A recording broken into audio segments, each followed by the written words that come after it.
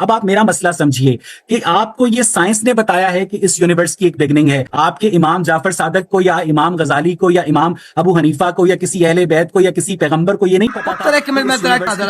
ये आप कहते हैं, पहली बात आपकी गलत बयानी है कि साइंस ने हमें सिखाया, ये बिल्कुल गलत बात कर रहे हैं आप। ये किताब तफसीर इमाम हसन अल-अस्करी अलैहिस्सलातु वस्सलाम, शाब मदरसतुल इमाम अल-महदी अलैहिस्सलाम, यहाँ इख्तिजाज और रसूल सल्लल्लाहु अलैहि वसल्लम, रसूलुल्लाह सल्लल्लाहु अलैहि वसल्लम का मुनाजरा है दहरियों के साथ। आपकी तरह वहां पे दहरी थे, कहते थे दुनिया किसी ने नहीं बनाया। यहाँ पर मुलाहिजा करें, दहरियों के साथ उनके मुनाजरा है, सफर नंबर 534 के आखिर में शुरू होता है। फिर यही बातें जो मैंने की हैं वहां पर सतर बसतर मौजूद है। मैं आपका वक्त नहीं लेता कि मैं अरबी अल्फाज का तर्जुमा करूं। ये मैंने जो की है, मैंने किसी बर्ट्रांड रसल या किसी साइंस वगैरह की क्योंकि ये चीज देखें कि फाइनाइट चीज कि मसलन अगर आपसे लाइन में इन्फिनिट लोग आगे हैं तो आपकी बारी कभी नहीं आएगी। ये साइंस पे डिपेंड ही नहीं करता। ये बात लॉजिकल है, ये बात लॉजिकल है, और ये बात अगर उन्होंने लिखी है तो ठीक लिखी। बिल्कुल। किसी अहले बैत को या किसी पैगंबर को ये नहीं पता था।